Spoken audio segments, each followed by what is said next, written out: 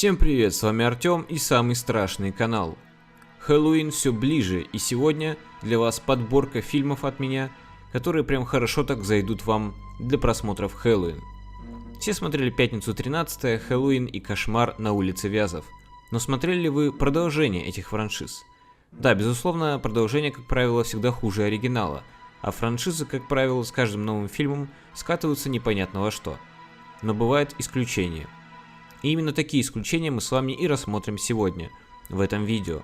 Я представляю вашему вниманию топ-10 лучших сиквелов фильмов ужасов. Сразу скажу, что конкретно в данном видео под сиквелами подразумеваю любую часть франшизы, то есть это не обязательно должна быть вторая часть. И перед тем, как мы начнем, как всегда напомню вам о том, чтобы вы не забывали подписываться на канал, ставить лайки и писать комментарии. И кстати, теперь я выпускаю в моих видео субтитры. На данный момент есть субтитры на русском и английском языке. Всем приятного просмотра, поехали!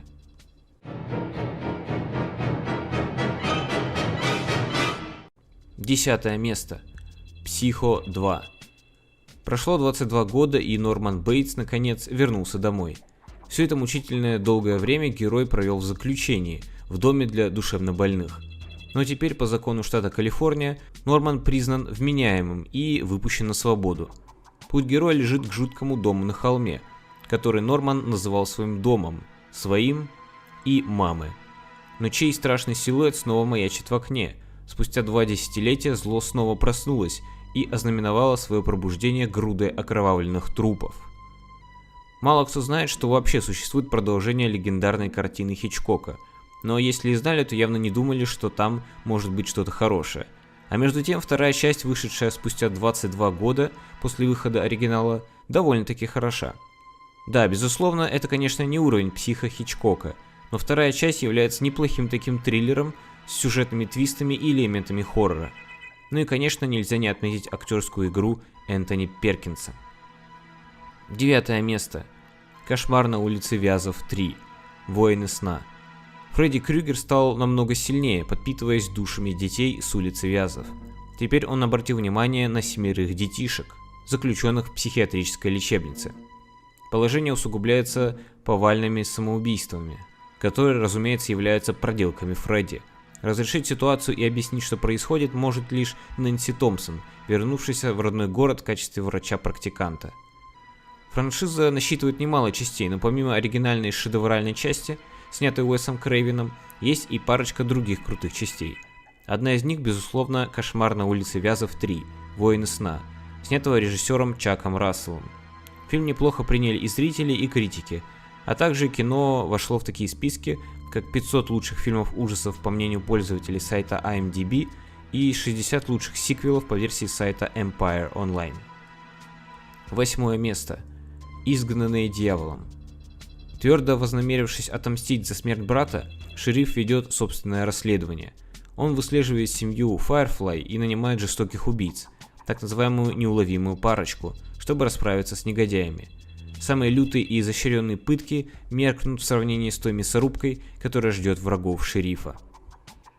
Обалденный фильм «Робо-зомби» 2005 года, продолжение фильма «Дом 1000 трупов». Забавный, жуткий, кровавый и очень атмосферный криминальный хоррор-триллер. Забористый фильмец. Советую.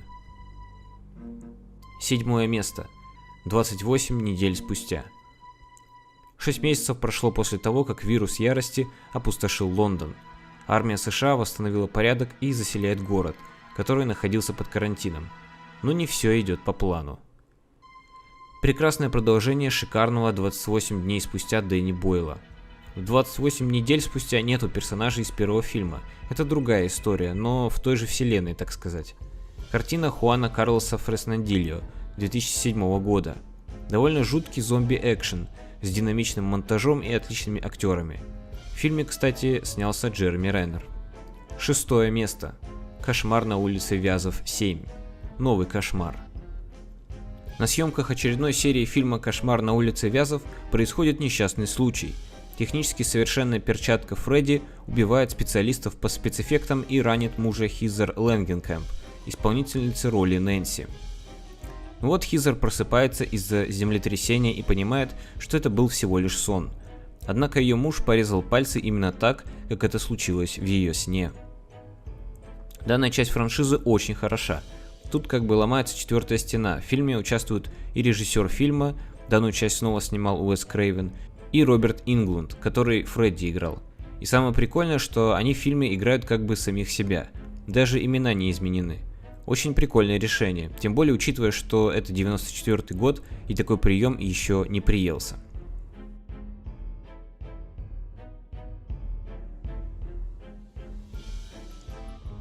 Пятое место. Крик 2. Прошло 2 года после кровавой бойни в Вудсборо.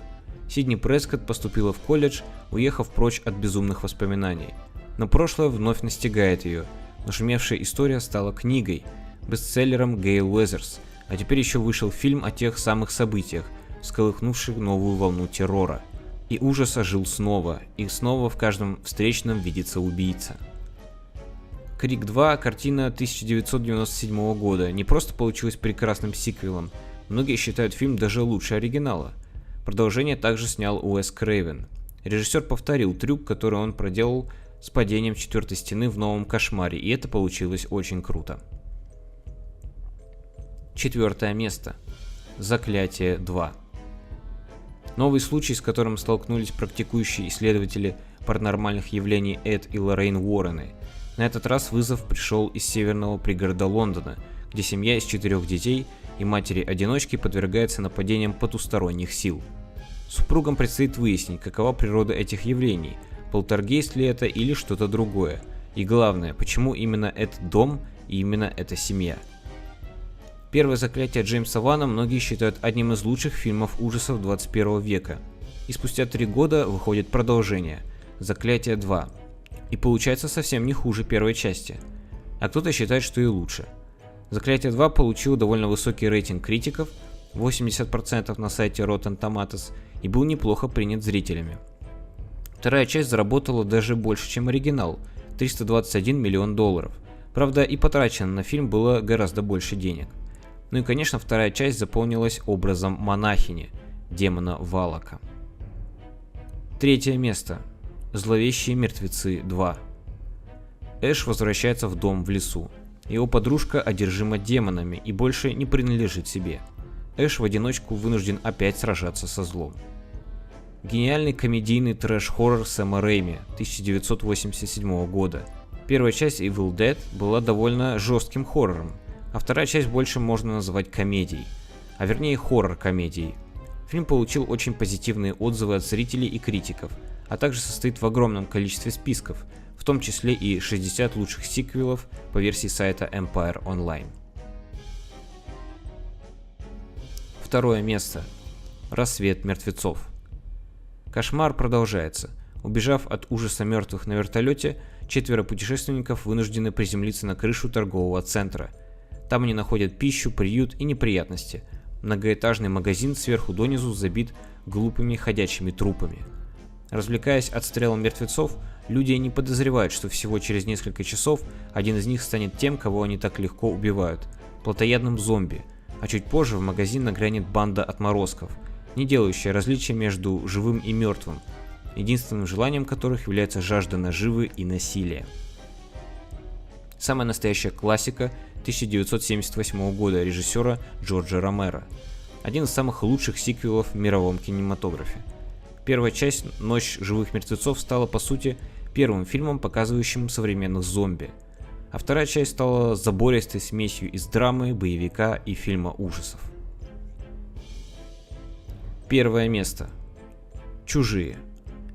Чужой – совершенный организм, идеальная машина для убийства, чье физическое превосходство сочетается с его феноменальной жаждой уничтожения. Офицер Эллен Рипли и команда космического корабля Нострома один раз уже встретилась с такой тварью. В живых осталась только Эллен. Капсула с Эллен найдена спасателями после многих лет блуждания в космосе. Ей сообщают, что планета ЛВ-426 колонизирована, и ей придется вернуться туда, где начался ее кошмар, ибо связь с колонистами прервалась. И вот в составе группы космического десанта Рипли отправляется на проклятую планету. Но теперь их там поджидают не один чужой, а тысячи. Кто сможет выжить в этой войне? Чудовища, способные только убивать, или люди, способные мыслить? Ну, вы же догадывались, какой фильм будет на первом месте. «Чужие» Джеймса Кэмерона лучше оригинального «Чужого» почти во всем. Фильм выглядит дороже, что неудивительно, бюджет фильма увеличился почти в 2 раза, масштабнее и драматичнее. Не скажу, конечно, что страшнее, ведь первый «Чужой» был именно что камерным хоррором, а вторая экшеном с элементами ужасов. Фильм получил 2 Оскара и целую охапку номинаций. Вот такой получился топчик. Пишите свои любимые сиквелы фильмов ужасов в комментариях. Подписывайтесь на канал, ставьте лайки, подписывайтесь на соцсети. А с вами был Артем и самый страшный канал. Пока.